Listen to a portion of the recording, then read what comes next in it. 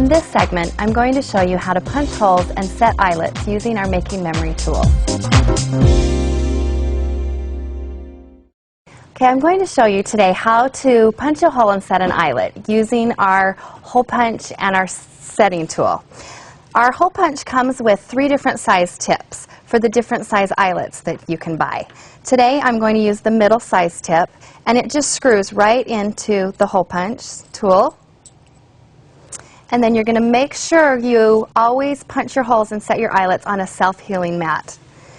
I'm just going to set the tool where I want to punch my hole, and I just gently tap with the hammer, and it makes your hole.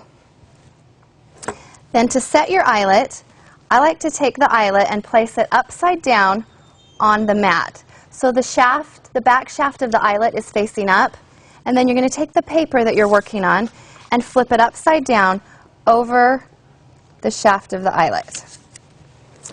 And then you take the eyelet setter, and you can see there's kind of a little flower shape in the center, and you're going to make sure this little point in the end of the setter goes directly in the center of the back of the eyelet.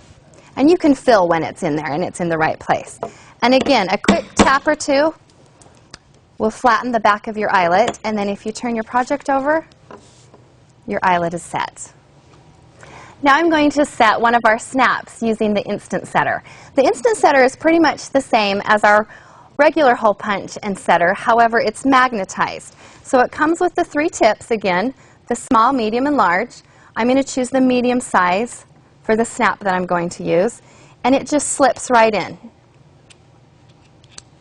Then you're just going to lay it on your paper where you want to punch your hole, and you just push down on the handle, and your hole goes right through your paper.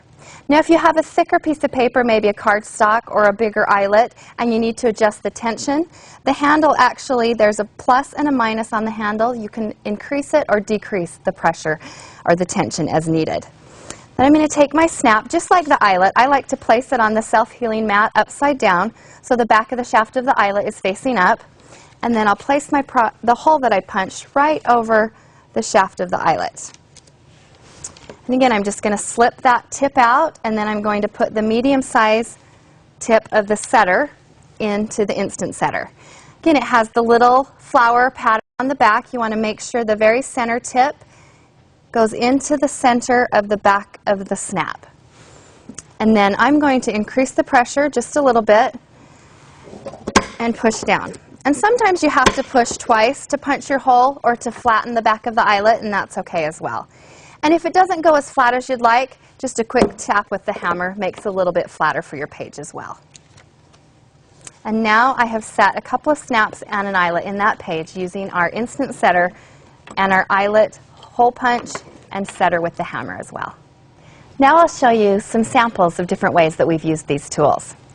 In this project, I used the large instant setter to punch large holes all the way across my paper, and then I just threaded the ribbon in and out to add that embellishment to that page. For this sample, I used some brads, but I used the smaller hole punch to punch holes for the brads to go through. In this project, you can see there's a background pattern, and so I wanted to use the different color eyelets for the center of the flowers. And then in this sample, I just spaced around the circle of the photograph and punched my holes and set the different flowered snaps around the circle of the photo for that. And then for this project, I also used the large hole punch to punch the holes on each corner of the pages, and then I just threaded the ribbon right through the holes to tie the project together.